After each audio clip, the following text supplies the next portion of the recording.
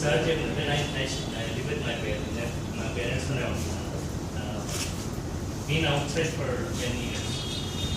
తర్వాత ఇండియాకి వచ్చేస్తున్నప్పుడు అందరూ అడిగారు ఇక్కడ అందరూ స్టాక్గా అడిగారు వై డూ దాట్ అని.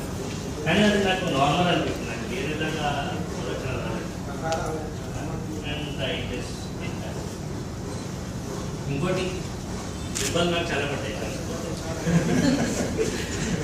మీరు చెప్పారు కదా అది మీరు అలా తీసుకోలేదు అని. ఇప్పటికీ కూడా అది అలా రాదు సార్. ఎందుకంటే అది ఏదో చేసింటాము దానికి పెట్టాయి.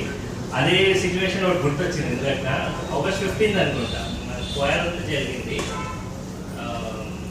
అంతా అంతే ఫినిష్డ్ అండ్ డిస్పోజ్ అవుతుంటే శర్మ సార్ గారిని వెళ్ళి అడిగాను, తెలుగులో అడిగాను, సార్ రేపు సెలవా అని తెలుగులో అడిగాను. అంటే ప్రిన్సిపల్ మేడం పక్కనే ఉన్నారు, ఏ కమ్మియారు అంటే హార్ట్ అని ఒకటి కొట్టింది. This is an English medium school.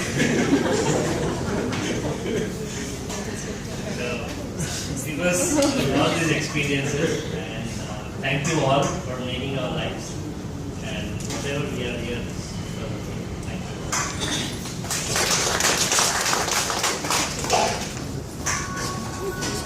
Hello, good morning. My father చెప్పాను ఇలా నేను పోతున్నాను చూస్తున్న క్లాస్ వస్తున్నానంటే మా ఫాదర్ స్టోరీ చెప్పాను. The difference between the Guru and the God is the only one difference. నేను అడగను సార్ ఏది అయితే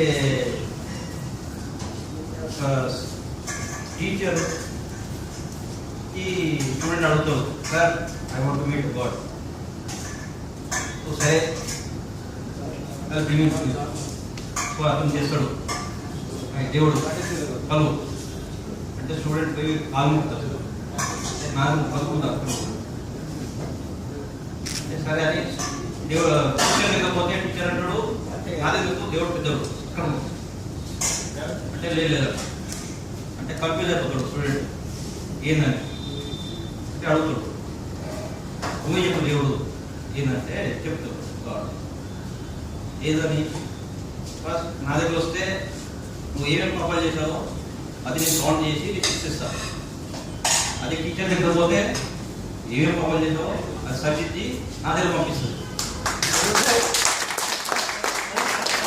నువ్వు టీచర్ దగ్గర పో, సరే టీచర్ కాలు మొక్కి అప్పుడు అది మా ఫాదర్.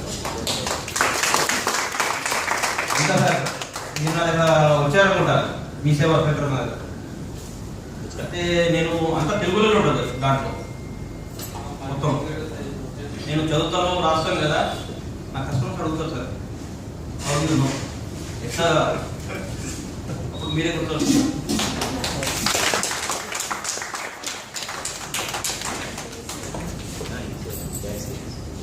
Anybody else? ఈ యొక్క భావాలను తెలిపినందుకు